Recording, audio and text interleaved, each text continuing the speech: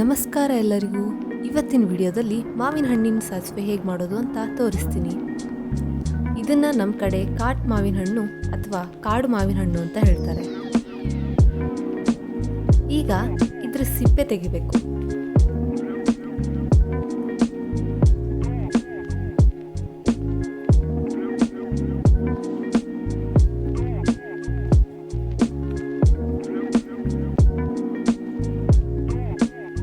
ಈ ಸಿಪ್ಪೆ ತೆಗೆದಾದ್ಮೇಲೆ ಈ ಮಾವಿನ ಹಣ್ಣನ್ನು ಚೆನ್ನಾಗಿ ಹಿಂಡಬೇಕು.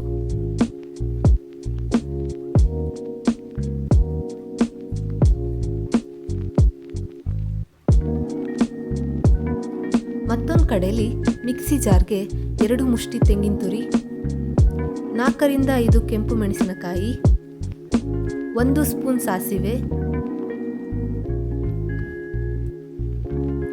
1.5 ಸ್ಪೂನ್ ಕಲ್ಲು ಉಪ್ಪು, ಸ್ವಲ್ಪ ನೀರು ಹಾಕಿ ರುಬ್ಬಬೇಕು. ಈಗ ಇದಕ್ಕೆ 2 ರಿಂದ 3 ಸ್ಪೂನ್ ಬೆಲ್ಲ ಹಾಕಿ ಮತ್ತೆ ರುಬ್ಬಿ.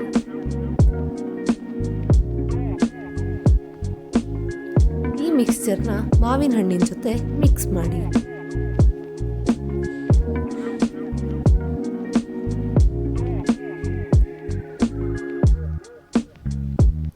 ಈಗ ಒಗ್ಗರಣೆಗೆ ರೆಡಿ ಮಾಡ್ಕೊಳ್ಳೋಣ.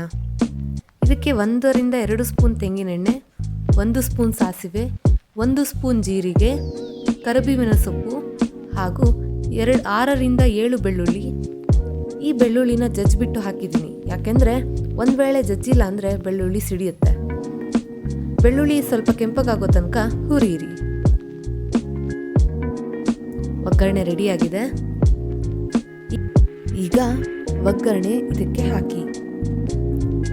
ಸಾಸಿವೆ ರೆಡಿಯಾಗಿದೆ.